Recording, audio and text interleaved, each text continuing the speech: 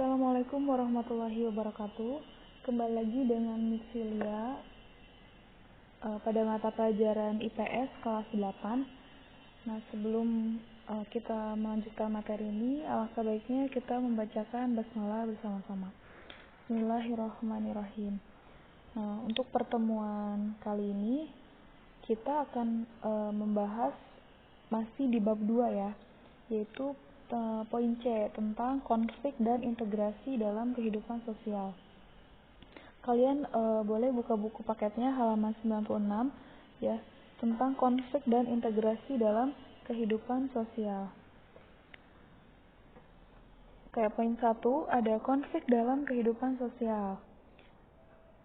Poin A, pengertian konflik. Ya, kata konflik berasal dari bahasa Latin configere yang artinya saling memukul. Dalam KBBI atau Kamus Besar Bahasa Indonesia mengartikan konflik sebagai percekcokan, perselisihan, atau pertentangan. Maka secara sederhana konflik merujuk pada adanya dua hal atau lebih yang berseberangan atau tidak selaras dan bertentangan.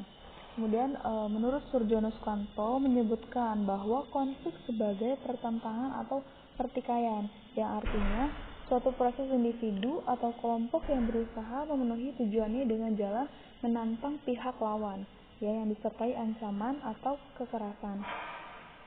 Kemudian ada beberapa faktor penyebab konflik, ya. Ada perbedaan individu, perbedaan kebudayaan, perbedaan kepentingan, dan juga ada perubahan sosial. Kemudian di sini ada bentuk-bentuk konflik, ya. Ada dua menurut yang pertama, bentuk konflik menurut Rob Dahrendorf, ya, ada 4 macam. Yang pertama ada konflik antar peran-peran sosial, seperti konflik antar peran-peran dalam keluarga atau profesi. Ya, yang kedua ada konflik antar kelompok-kelompok sosial. Kemudian ada konflik antar kelompok-kelompok yang terorganisasi dan tidak terorganisasi. Kemudian ada konflik-konflik di antara satuan nasional, ya, seperti antar partai politik, kemudian antar negara, dan juga antar organisasi internasional. Yang kedua ada bentuk konflik menurut Surjono Sukanto. Ya, yang pertama Surjono Sukanto menyebutkan ada 5 bentuk konflik, ya, dalam masyarakat. Yang pertama ada konflik pribadi, konflik rasial, konflik antara kelas-kelas sosial, konflik politik, dan konflik internasional. Selanjutnya poin D ada situasi pemicu konflik. Nah, dari sudut psikologi sosial, menurut Ursula Ler mengemukakan situasi pemicu konflik ada beberapa, di sini ada 9. Yang pertama ada konflik dengan orang tua sendiri. Nah, konflik ini terjadi akibat ketidakserasian perilaku anak dan harapan orang tua.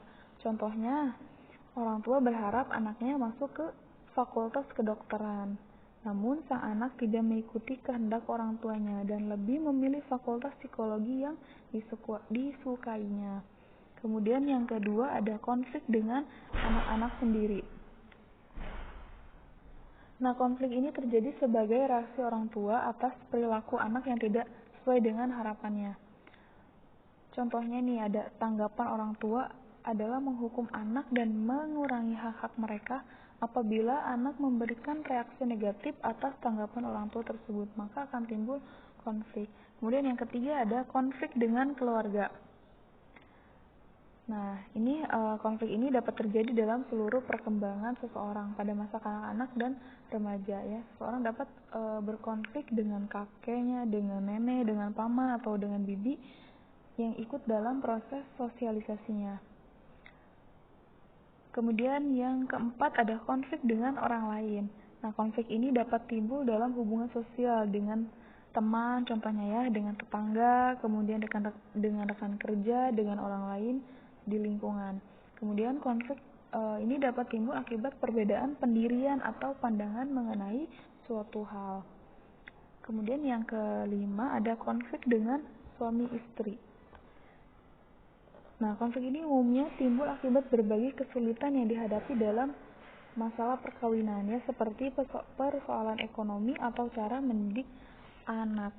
Kemudian yang keenam ada konflik di sekolah. Nah, konflik di sekolah ini antara lain tidak dapat mengikuti pelajaran, ya. Contohnya, siswa tidak lulus ujian.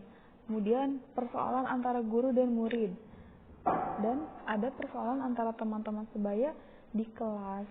Nah, itu salah satu pemicu timbulnya konflik, ya. Kemudian poin 7 ada konflik dalam pemilihan pekerjaan. Nah, konflik dalam pekerjaan dapat berupa konflik yang timbul dari pekerjaan itu sendiri. Misalnya, pekerjaan tampak membosankan atau terlalu berat. Konflik ini juga dapat berhubungan dengan waktu kerja, keuangan, dan konflik antar teman kerja. Kemudian yang ke-8 ada konflik agama.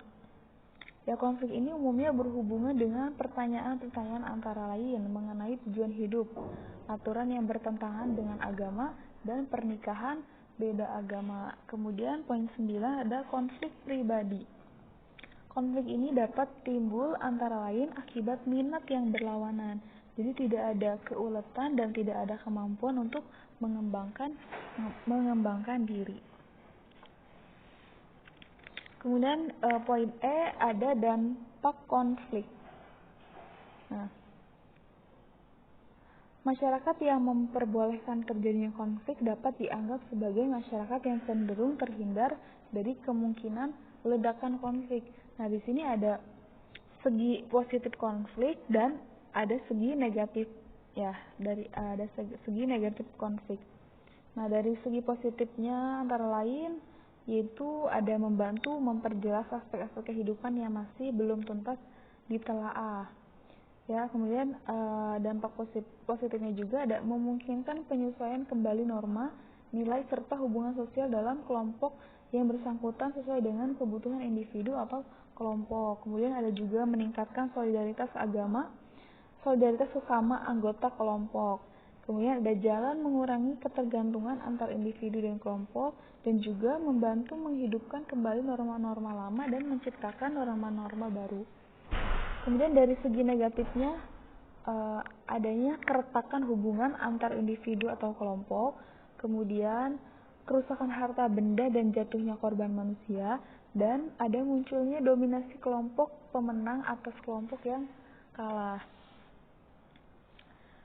Nah, di sini ada poin terakhir, ya, poin F, yaitu tentang upaya pengendalian konflik. Nah, seperti yang sudah diuraikan pada materi sebelumnya, bahwa konflik itu merupakan gejala sosial yang melekat dalam masyarakat, ya. Oleh karena itu diperlukan upaya untuk mengendalikan konflik tersebut. Nah, secara umum di sini ada 3 upaya pengendalian konflik. Ya, yang pertama ada konsiliasi. Ya, ada konsiliasi, ada mediasi, dan juga arbitrase.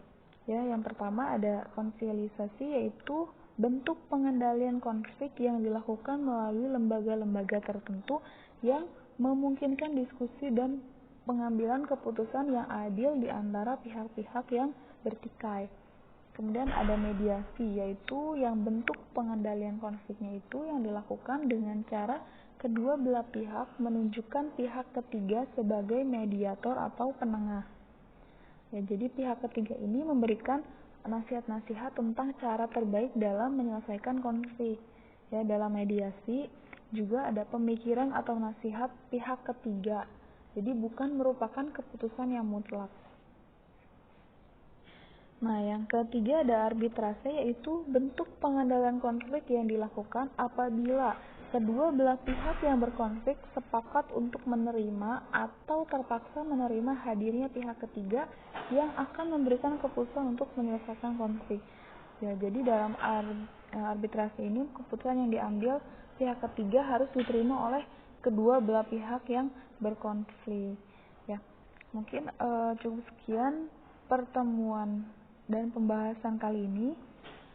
Mohon maaf apabila banyak kesalahan. Semoga bermanfaat dan akhiri wassalamualaikum warahmatullahi wabarakatuh.